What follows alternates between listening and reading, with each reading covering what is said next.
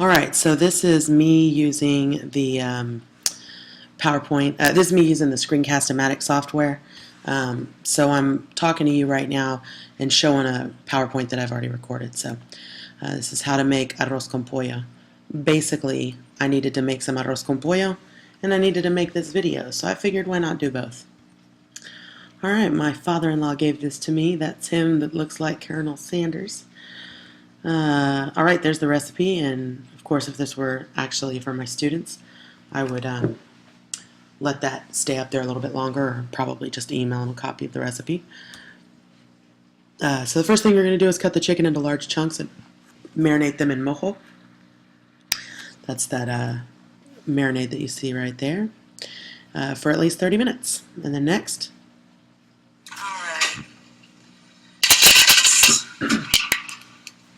saute the chicken until it's about 3/4 of the way cooked. And you're sauteing it in some olive oil. I'd say probably in between 1/8 of a cup and 1/4 of a cup.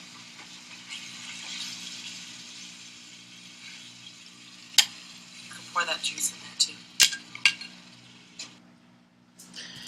and this was a pretty easy video for me to make. Mixing in 2 chopped onions and half a cup. Basically, I just shot each video under 30 seconds so I could email it to myself with my iPhone Add 1 tablespoon and send it to myself, and then I embedded it in each PowerPoint screen, and I clicked on it to start when each screen came up instead of having to click on it. And this is what you're seeing. Alright, now I'm going to add 3 bay leaves, 2 teaspoons of minced garlic, and I'm going to cook it for another minute. 1, 2.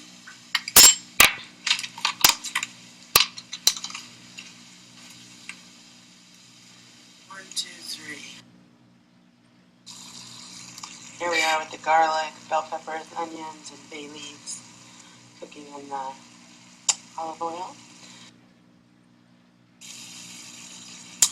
Next. Clearly, I need to organize my kitchen. I do have 2 very small children, so cut me a break.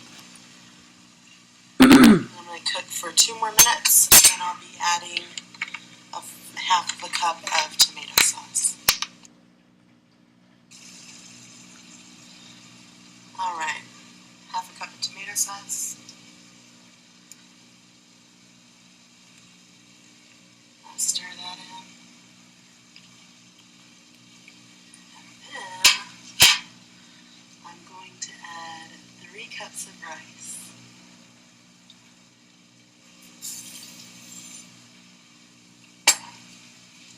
Stir that in.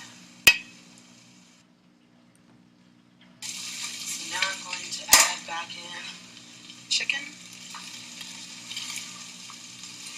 and a cup of dry white wine. In this case, we always use sherry, and 1 2/3 a cup of low sodium chicken broth.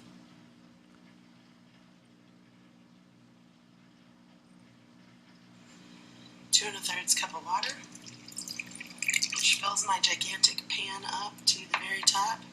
Here's the exciting part.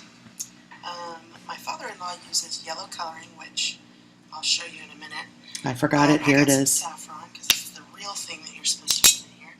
And saffron colors it as well. And I saw online that you use just a little pinch for about this serving. So we'll see. I ended up using a pretty generous pinch, so keep that in mind. Half a teaspoon of black pepper. And I'm going to top off the rest of that can of low sodium chicken broth. And by the way, that turns out to be just a can, so let's just make it a little bit easier. I'm going to stir that, and I'm going to turn the heat up until it starts to simmer. And then we're going to cover it for 20 minutes on medium heat. There's my beautiful simmer. So I'm going to turn it up and turn it down to a little bit less than medium. If you've ever been a failure at making rice like me, then you know you don't take that lid off until at least the minimum time has passed, because otherwise you're letting out that valuable heat and steam and you're going to mess up your rice. Alright, so my timer just went off, so then I took the little can of sweet peas, and they sometimes say petit pois, which I guess means sweet peas, or little peas. And then I take the red bell peppers and I just kind of add them to the top. And it's sort of a garnish on here, so you want it to look pretty. And then I'm going to put it back on for another 7 or 8 minutes, because the rice is just a little undercooked, so we'll see how that goes. Now, if I'm doing some kind of notes and I'm worried about my kids not paying attention, I can do some kind of a quick joke here. Or I can do a quick, hey, the code word for tomorrow is amargo, and then they can come into class and be like, amargo, and then I know they watched the video. Alright, so 8 minutes later, there it is, all done and very yummy. And that's it. That's the end of that video. So this is where I'd end it for my students, and that would be the end of their homework.